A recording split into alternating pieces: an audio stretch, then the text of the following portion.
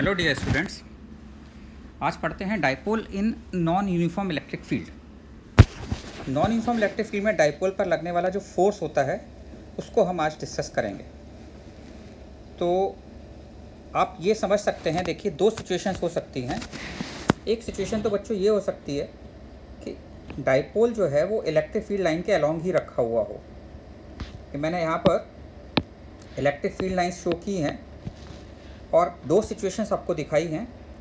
एक सिचुएशन में dipole electric field line के अलॉन्ग रखा हुआ है।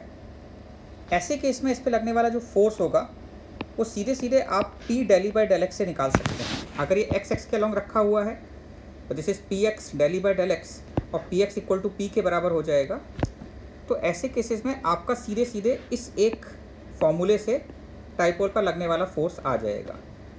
लेकिन अगर डाइपोल एक्सिस के अलॉन्ग इलेक्ट्रिक फील्ड लाइन के अलॉन्ग नहीं रखा हुआ है, जैसा कि इस वाले केस में शो किया है, तो बच्चों ऐसे केस में जो फोर्स आप कैलकुलेट करेंगे वो फोर्स इस फॉर्मूले से आएगा। F is equal to P X del E by del X plus P Y del E by del Y plus P Z del E by del Z, where del E by del X मतलब partial differentiation of electric field with respect to X, मतलब Y और Z को constant मानकर केवल x के respect में इसको differentiate करना है।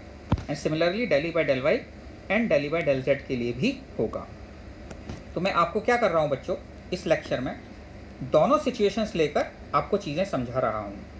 एक केस में, फर्स्ट केस में डाइपोल को इलेक्ट्रिक फील्ड लाइन के अलॉन्ग रखूँगा और सेकंड केस में डाइपोल को किसी आर्बिट्रेरी डायरेक्शन में रख दूँगा। ये दोनों सिचुएशंस अगर आपको समझ में आ जाती हैं तो जो भी प्रॉब्लम होगी वो इन्हीं दोनों में से एक कॉन्सेप्ट पे बेस्ड होगी। क्या तो डाइपोल इलेक्ट्रिक फील्ड लाइन के अलॉन्ग रखा हुआ होगा या फिर इलेक्ट्रिक फील्ड लाइन के अलॉन्ग रखा हुआ नहीं होगा। अब इस केस में भी मैं आपको दोनों केसेस में दो मेथड से सिचुएशन को सॉल्व करना सिखाऊंगा, सो दैट कि किसी पर्टिकुलर सिचुएशन में आपको जैसे इजी लगे वैसे आप सॉल्व कर सकते हैं। तो फर्स्ट केस लेते हैं बच्चों। केस 1 है dipole placed along x axis, point charge के इलेक्ट्रिक फील्ड में रखा है। Dipole in electric field of A point charge. हमको पता है पॉइंट चार्ज का इलेक्ट्रिक फील्ड नॉन यूनिफॉर्म होता है, लेकिन फर्स्ट केस में हम इसको इलेक्ट्रिक फील्ड लाइन के अलॉन्ग रख रहे हैं। तो आप देख सकते हैं यहाँ पर एक चार्ज Q है और इस लाइन के अलॉन्ग ही डाइपोल को रख दिया है, डाइपोल P। तो ये केस आपका कौन सा केस हो गया? ये वाला केस जहाँ पर के dipole is placed along electric field line.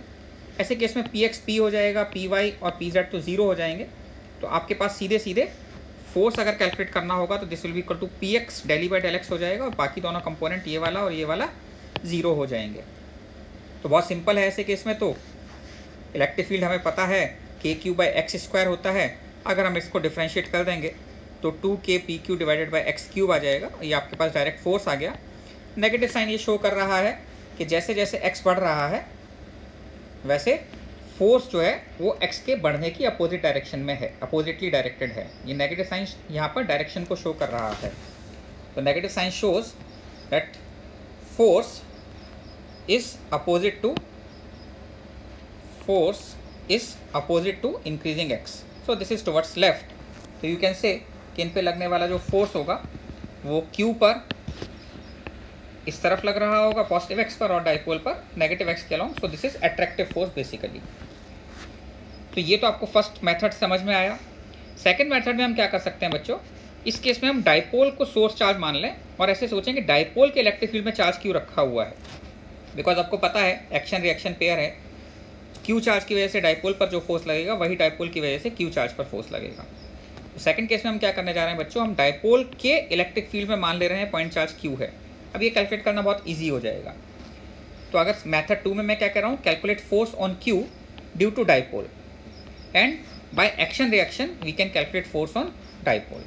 तो हमने डाइपोल को मान लिया अगर, तो हमें पता है डाइपोल की एक्सिस पर जो इलेक्ट्रिक फील्ड होता है, ये इलेक्ट्रिक फील्ड किसकी वजह से है? इस electric field is due to dipole.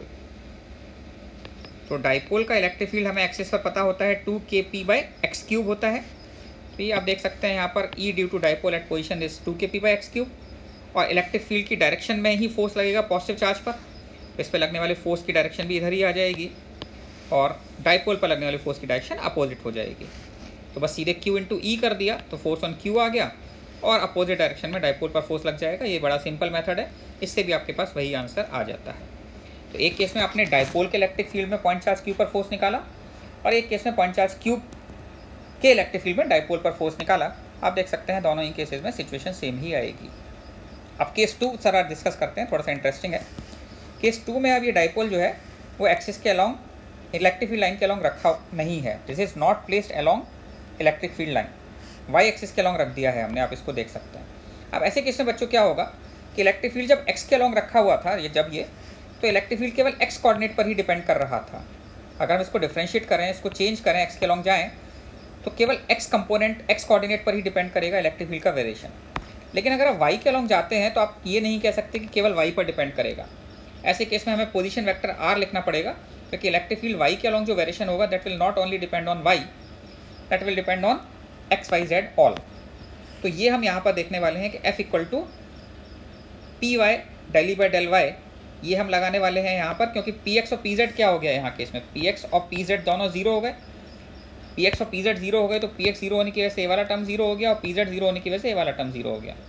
वैसे केस में हम p y del E by del y निकालने वाले हैं। द ओनली थिंग इज कि जो इलेक्ट्रिक फील्ड है इसको आप वाई के टर्म्स में तो केवल लिख नहीं सकते, इसको आपको पोजीशन वेक्टर की टर्म्स में लिखना पड़ेगा। बस यही इंपॉर्टेंट चीज़ है, ये आपको समझना पड़ेगा। तो बस यहाँ पर इसके बाद तो आप सीधे सीधे इलेक्ट्रिक फील्ड को अगर पोजीशन वेक्टर की फॉर्म में लिखते हैं तो k q r upon r cube लिखा जा सकता है, where r is x I plus Y J plus Z के। इसके कोऑर्डिनेट क्या होगा यहाँ पर एल 0 0 मान लिए हैं हमने, तो एल क्या हो गया है एक्स, वाई क्या हो गया है 0 और जेड भी क्या हो गया है 0।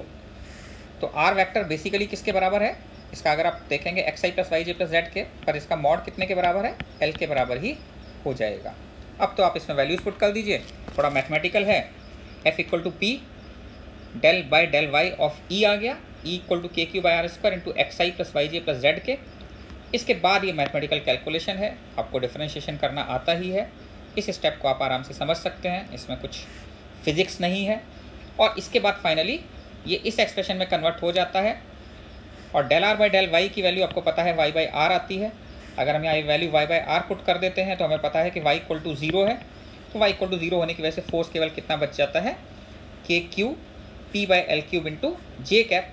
और आप देख सकते हैं कि ये कौन सी डायरेक्शन के अलॉन्ग आ रहा है, वाई के अलॉन्ग आ रहा है डाइपोल पर। तो डाइपोल पर फोर्स वाई के अलॉन्ग लगेगा तो पॉइंट चार्ज क्यू पर फोर्स नीचे की डायरेक्शन में लग रहा होगा। ओके, इसी को सेकंड मेथड से अगर आप समझना चाहें तो इजी हो जाता है। सेकंड मेथड में हम क्या करेंगे, डाइपोल के इलेक्ट्रिक फील्ड में रख दिया, तो डाइपोल के इलेक्ट्रिक फील्ड में अगर रखेंगे तो यहाँ ई ड्यू टू डाइपोल आपको पता है कि एंड ऑन पोजीशन पर और ब्रॉड साइड ऑन पोजीशन दो होती हैं, तो ये theta equal to 90 broadside on position है, जिस पर ये E antiparallel to p होता है। इलेक्ट्रिक फील्ड यहाँ पर कितना होता है, के पी बाई एल क्यूब, आप लोगों को पता है। और पॉइंट चार्ज पर इलेक्ट्रिक फील्ड की डायरेक्शन में फोर्स लगेगा तो के P Q by L cube नीचे लग जाएगा और डाइपोल पर अपोजिट डायरेक्शन में फोर्स लग जाएगा। तो ये काफ़ी ईजी मेथड हो जाता है, बट ये भी आपको समझ में तो आना ही चाहिए।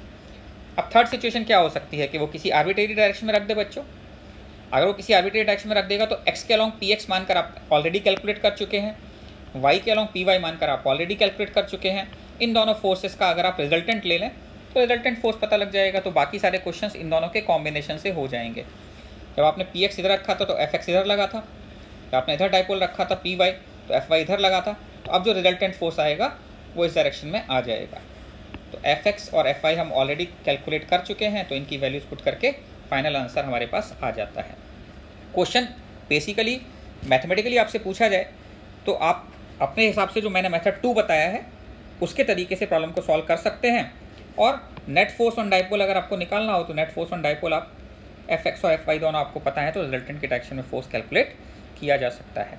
तो इसमें बच्चों को जनरली कन्फ्यूजन रहता है, तो मैंने आपको इस कन्फ्यूजन को सिंप्लीफाई करने की कोशिश की है। इसमें डाइपोल को एक अलॉन्ग इलेक्ट्रिक फील्ड लाइन के अलॉन्ग लेकर और एक परपेंडिकुलर लेकर, और अलॉन्ग और परपेंडिकुलर ले लिया तो बाकी सारे के सारे केसेस इस पी को अलॉन्ग और परपेंडिकुलर रिजॉल्व करके सॉल्व किए जा सकते हैं। आई होप आपको ये क्लियर हो गया होगा। अच्छी तरीके से इसके नोट्स बनाइए, इसको समझने की कोशिश कीजिए, इससे डरने की कोई ज़रूरत नहीं है। ओके, ठीक है, एंजॉय योर डे।